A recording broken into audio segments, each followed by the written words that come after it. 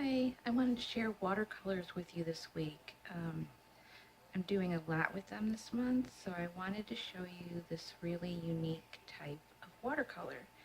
And I'm sure you haven't seen it before. I am going to show you magic with these watercolors. Peerless. Wait till you see what they do. That's what I'm using for these. They're not your typical watercolor. Peerless. And I'm going to try to show you how I stay organized. I don't really know that I stay organized, but how I somewhat stay organized. So this is my nook. Pretty much everything happens within this space. And while I work on the gourds and the dolls, basically on one side of the work table, this is kind of everything, because I have my laptop there. I used to have the laptop on the desk, but I have to do so much online and so much social media that it's almost easier to just have it right in the middle of everything. So that is there, but I will write the stories and the poetry here. I'll bead here. I'll do watercolor here since I work flat with that. A little bit of everything works right in the middle. And so, because I have so many ideas, I work with so many different modalities. I work on different series work or just one-of-a-kind pieces. I have to organize my thoughts all the time, otherwise I'll forget. I'm a list maker. So I use this one as a sketchbook of thoughts that I have randomly, or then if I research like a particular animal or insect that I find, but it starts going in a lot of directions, and then I start making lists of different pieces I want to do, like within a series, so I can flush it out completely. And of course, my little clothespins, little miniature ones. I couldn't use a paper clip, could I? No. And then this book I use, it's more how I keep track of the content on my blogs, the things I want to add to the websites, and I do use little post-it things in here, and the clothespins. But since I write 3 blogs, I try to keep up with the content that I want on different ones. Then try to make sure that I'm putting prints up on Fine Art America. So I try to section this off. I actually have blank in here. That's amazing. But this is all more of my marketing and content that I'm sharing even on social media, and this is more the artistic part of series work, symbolism, colors I want to use, color palettes, everything goes in there. So these 2 books are like my Bible. When I start losing track of what I'm doing or I start feeling overwhelmed, then I go back to these 2 to like reorient the brain. Okay, so I want to show you these watercolors that I use.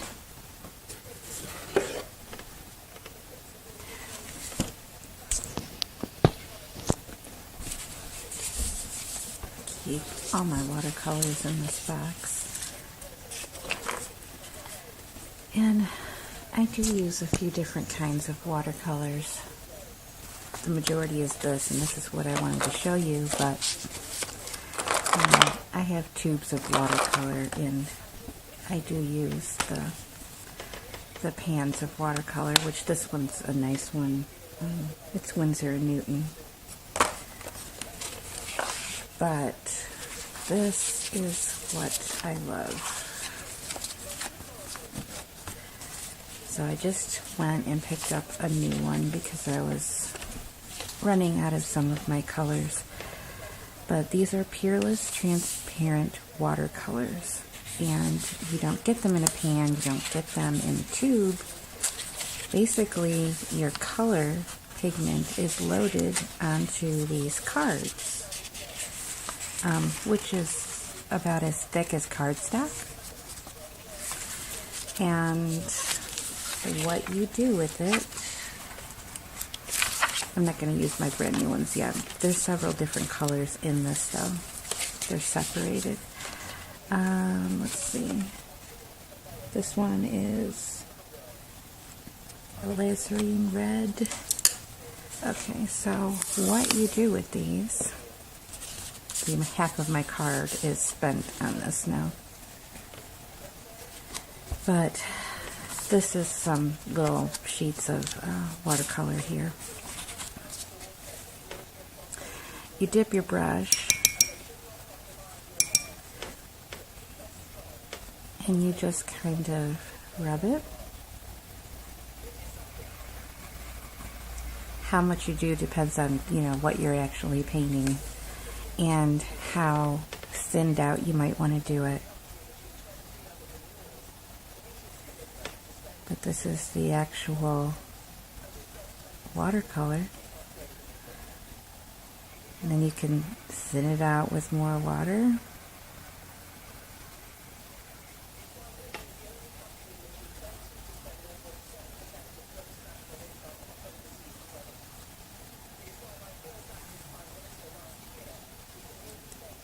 So it really just depends on how much you load on from the card. The colors, if you don't dilute it a whole lot, are pretty brilliant for a watercolor. This card's almost all done. I don't know where I've got you sitting, if you can actually see this that well. This one was Robin's Egg Blue. So these are the watercolors that I use off of these cards, where this month I'm doing the 30 warrior women in 30 days. So, let's see if I can put the camera up a little bit. These were all created with the Peerless.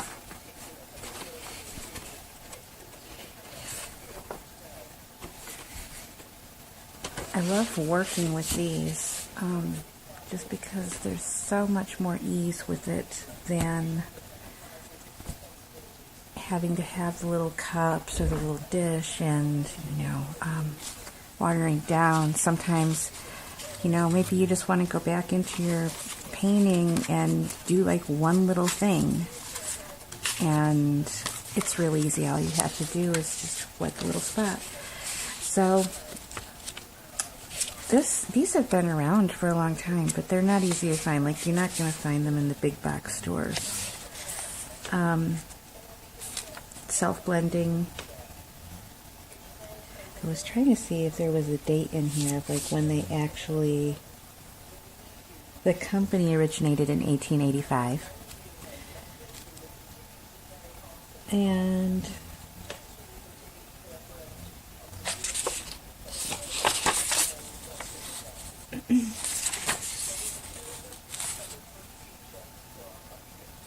they take so much mess out of it. I just love these. So there's lots written in the beginning of the book. They give you different tips and different ideas that they have, but then each one is separated and they give you what the color is. This is a different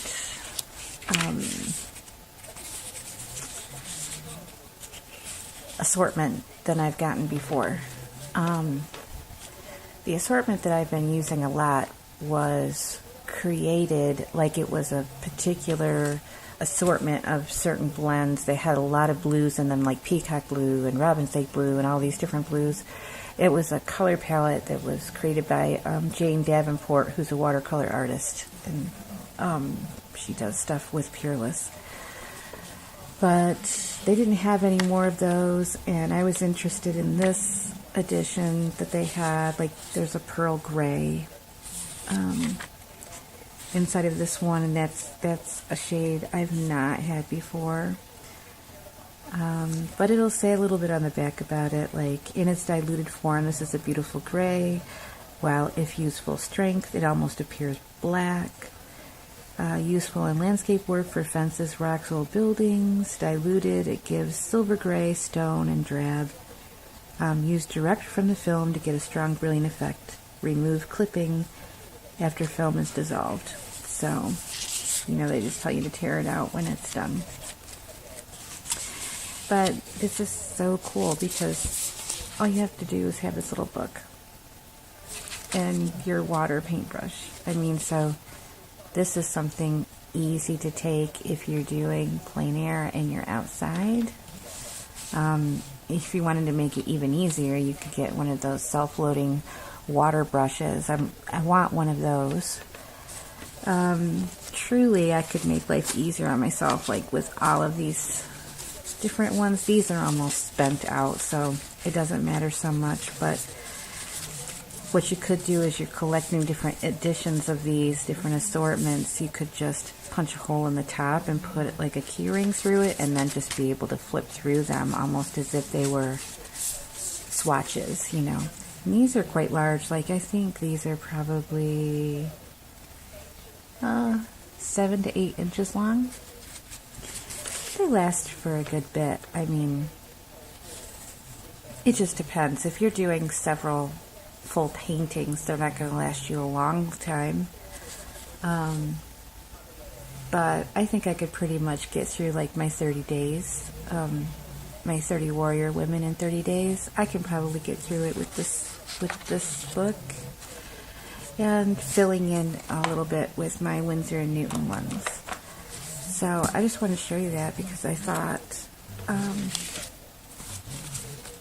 how fun that was. I don't think everybody has seen those before, and they don't carry these at all at like Michael's or anywhere like that. You're going to find them more in your independent art stores, the eclectic little shops is where you're going to find these. And you could order them online too. But I really love the colors. So that is what I'm working with this month. And that's kind of how I operate within the space. So like with me doing the 30 in 30 days, once I'm finishing up the painting, I have the laptop right here, and then I just start blogging the story or blogging the poetry that goes with the painting. I spend a lot of time in this space. I have to get up frequently and stretch and do stuff, but I spend a lot of time in this space. So even though it's a little crowded, it's a little full, like, I try to keep it so that it's inspiring to me. I have some Frida postcards and, little goddess tokens around, but, and having the window is a must. I have to be able to directly look outside. And then all my doll making is on the other side of the space. So that is the basics of what I'm working on this month. Like, I'm working on a lot of other pieces, but the watercolors is my focus this month.